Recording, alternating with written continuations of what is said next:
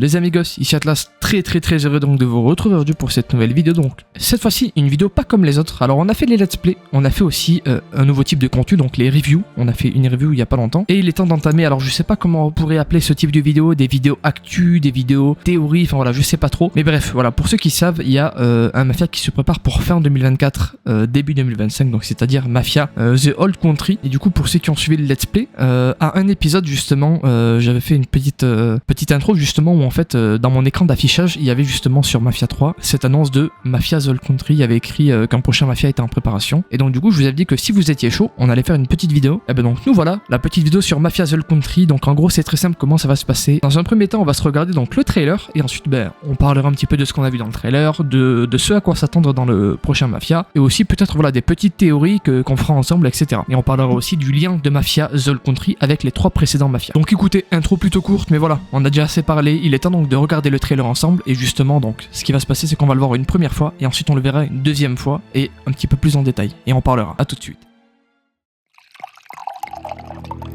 This thing of ours, it's a brotherhood. Treachery and deceit do not exist among us. Do you wish to commit yourself, your life, to this family?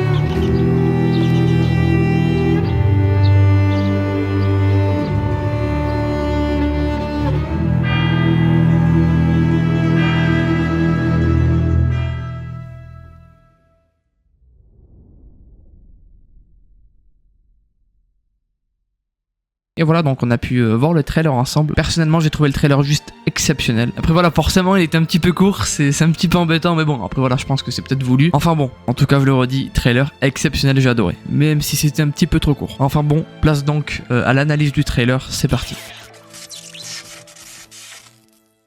Alors comme on peut le constater, ça se passe dans une espèce de bureau.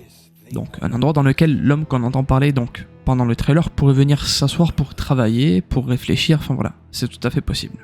On peut aussi donc se dire que justement la personne qu'on entend parler dans le trailer est une personne qui est donc croyante parce qu'on peut y voir justement sur le mur un cadre ancien du coup de la crucifixion de Jésus. Après voilà, dans tous les cas c'est pas forcément étonnant parce que dans les 3 premiers Mafias on a eu énormément de personnages chrétiens dans les 3 premiers Mafias du coup comme je le disais. Après, voilà, donc je m'y connais pas mais c'est peut-être parce que dans la Mafia on a vu justement cette culture de croyance et donc forcément du coup si ça a été dans les 3 premiers Mafias ça sera forcément dans Mafia The Old Country. Enfin bon voilà.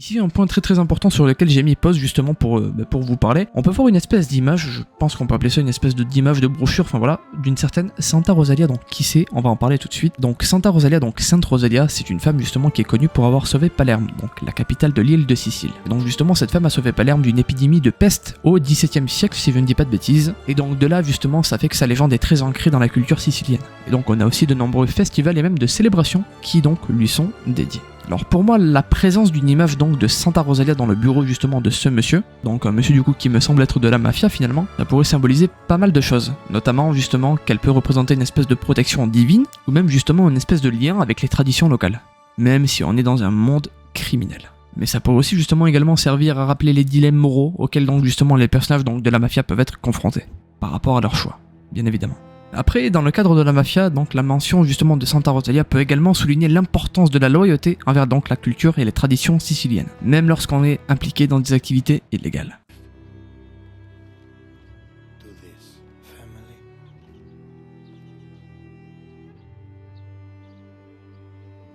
Et donc pour finir en beauté justement sur ce trailer, enfin sur l'analyse du trailer, on a donc cette magnifique image. Donc c'est un petit village nommé San Celeste, alors je sais pas si on dit San Celeste ou alors San Céleste, excusez-moi. Et donc le village qui nous est proposé contient justement un paysage magnifique avec des collines, et même des bâtiments historiques, et même une église qui domine la Seine si je ne dis pas de bêtises. Ce qui évoque fortement un environnement rural typique de la Sicile, j'ai envie de vous dire, avec des petites communautés ancrées dans les traditions anciennes. Donc justement dans le contexte du jeu, un cadre rural comme celui-là, donc comme San Céleste, pardonnez-moi je ne sais pas, peut offrir justement une toile de fond idéale pour une histoire justement sur les origines de la mafia, en particulier si l'on s'éloigne justement des grandes villes pour explorer comment la pègre prit racine dans les villages isolés avant de s'étendre aux grandes métropoles. Et ce qui est plutôt cool, c'est que justement ça pourrait donner une espèce de contraste assez intéressant par rapport justement au décor urbain plus moderne donc qu'on a eu dans les précédents mafias, donc que ce soit Lost Haven, Empire Bay ou même New Bordeaux. D'ailleurs, j'aurais dû avoir terminé justement avec l'analyse de ce trailer, mais il y a un truc qui je sais pas, je trouve ça bizarre. Après c'est peut-être moi qui vais chercher la bête pour rien, mais à la fin justement où on voit justement Mafia The Country ajouté à votre liste de souhaits, on a d'abord quelques lettres qui viennent en gras en premier, et alors oui c'est peut-être pas fait exprès du tout, mais je sais pas, j'ai l'impression que ça veut quand même dire quelque chose justement ces lettres en gras. Donc pour les plus aiguisés d'entre vous, si jamais voilà vous vous êtes intéressé pour une petite aventure, une petite enquête finalement, ben regardez, on a donc justement quelques lettres qui viennent en premier lieu, donc en gras justement, donc ça veut peut-être dire quelque chose, peut-être que c'est un mot, peut-être que c'est par rapport à la Sicile, ou peut-être que c'est par rapport à quelque chose dans les précédents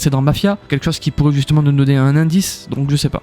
Enfin bon, donc assez parlé théorie, enfin théorie du coup non, mais voilà vous m'avez compris. On va donc passer aux vraies théories maintenant, enfin du moins à ma théorie à moi, parce qu'en soi des théories on pourrait en avoir vraiment des millions si on veut, peut-être pas mais vous m'avez compris. Donc voilà, donc on va passer à ma théorie à moi, donc c'est quelque chose que j'ai cherché avec ce que je pouvais, ce qui était donc donné sur internet aussi, j'ai comparé par rapport aux mafias, bref, j'ai fait pas mal de petites choses, et donc ça m'a donné une théorie qui était possible si on veut, enfin voilà, c'est un petit peu complexe, mais dans tous les cas voilà, on va y venir tout de suite, et à vous de me dire à la fin si ma théorie tient la route ou pas.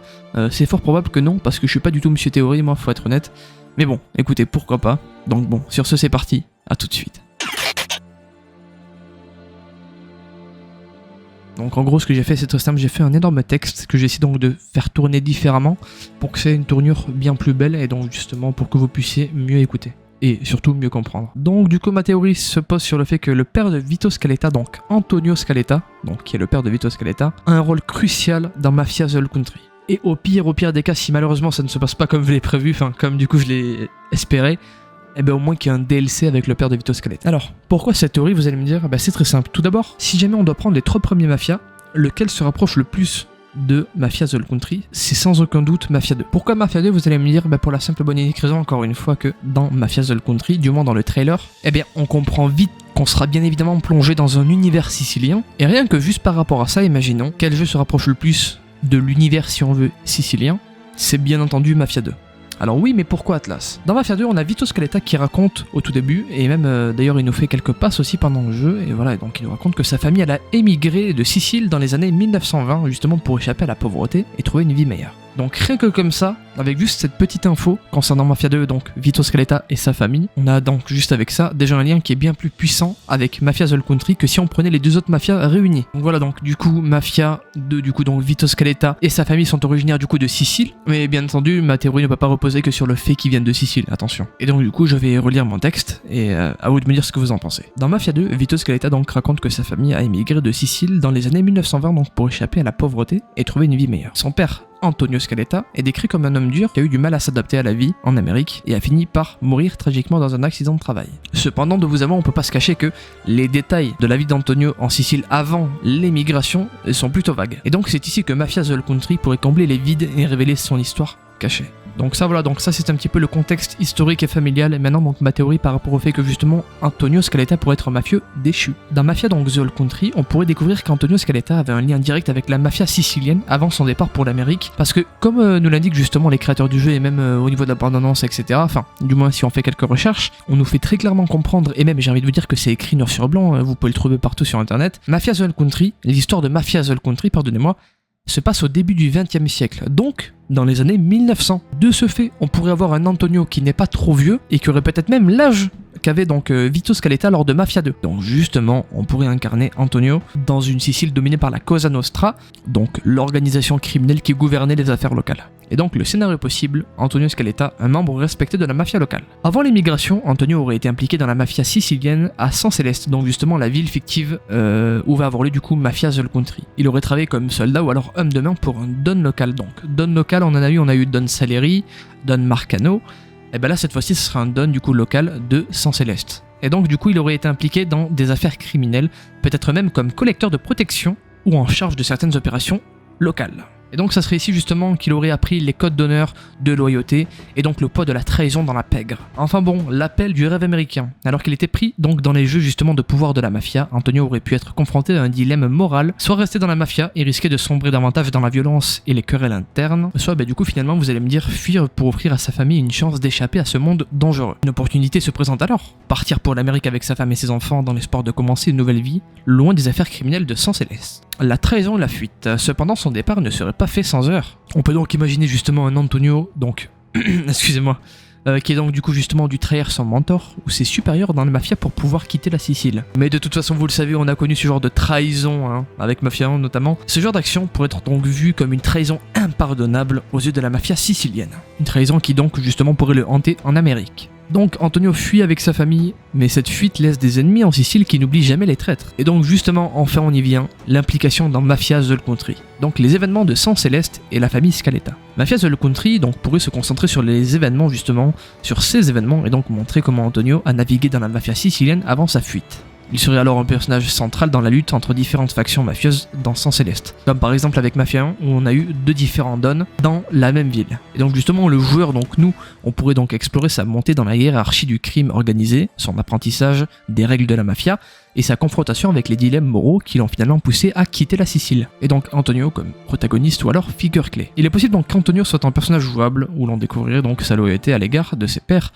son engagement dans des affaires mafieuses et sa lutte pour protéger sa famille. Le mentor qui parle dans le trailer pourrait être donc celui qui a pris Antonio sous son aile, un parrain de la mafia sicilienne, qui l'a initié au code d'honneur de la pègre, symbolisé donc par la phrase du trailer: ces choses qui nous appartiennent, c'est une confrérie, la trahison et le mensonge n'existent pas entre nous. Et donc voilà, donc moi par rapport à ça, j'ai un autre choix aussi possible, c'est que justement dans le trailer, l'homme qui parle, comme je viens de le dire, ça peut être un mentor, donc le mentor d'Antonio Scaletta, ou alors ça pourrait être Antonio Scaletta lui-même, une fois qu'il a gravi les échelons, une fois qu'il a atteint le sommet. Et donc Santa Rosalia et la foi chrétienne. Donc comme on l'a vu tout à l'heure, ce sont du coup des croyants, enfin le personnage du trailer c'est un croyant, c'est une personne croyante. Et si jamais on aurait fait abstraction de ça, du coup la présence de l'image de Santa Rosalia, donc la sainte patronne de Palerme, dans le trailer donc pourrait indiquer l'importance de la foi chrétienne dans la vie d'Antonio.